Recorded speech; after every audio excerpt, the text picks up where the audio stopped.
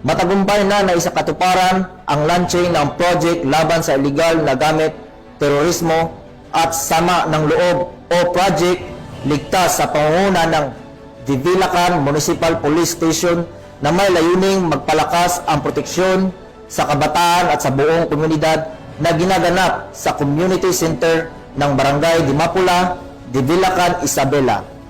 Patrolwoman Jerilyn Colico, ibalita mo.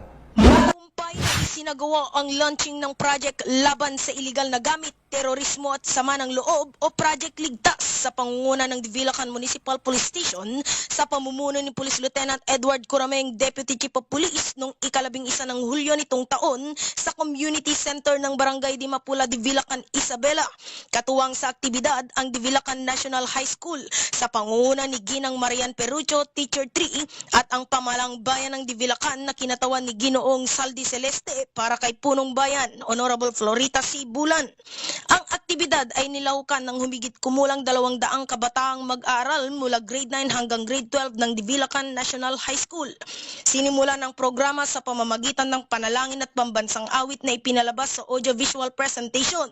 Mainit na tinanggap ang mga kalahok ni Police Executive Master Sergeant Miguel Beltran sa kanyang welcome remarks kung saan binigyang diin niya ang kahalagan ng Project Ligtas sa pagpapalakas ng proteksyon sa kabataan at sa buong komunidad. Nagbigay rin ng mga pampasiglang mensahe sina Police Lieutenant Corameng at Ginoong Celeste na nagpahayag ng kanilang suporta sa mga gawaing makabuluhan para sa kabataan. Kasunod nito ay isinagawa ang mga seryeng talakayan na pinangunahan ng mga piling tauhan ng PNP kung saan tinalakay rito ang patungkol sa RA 9165, Anti-Terrorism Awareness, Mental Health Awareness, RA 7610 at anti-bullying. Upang lalong mapasigla ang mga kalahok, isinagawa rin ang mga paligsahan gaya ng parlor games, poster making at slogan contest na nagtampok sa pagkamalikhain at mensaheng makabuluhan para sa kabataan. Layunin ng Project Ligtas na palakasin ang kaalaman at kamalayan ng mga kabataan ukol sa masamang epekto ng iligal na droga, banta ng terorismo, karahasan, mental health issues at pang-aabuso.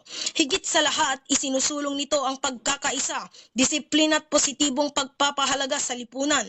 Ang programa ay nagtapos ng matagumpay na may dalang inspirasyon at mas matibay na ugnayan sa pagitan ng PNP, lokal na pamahalaan, paaralan at ng mga kabataan ng Divilacan.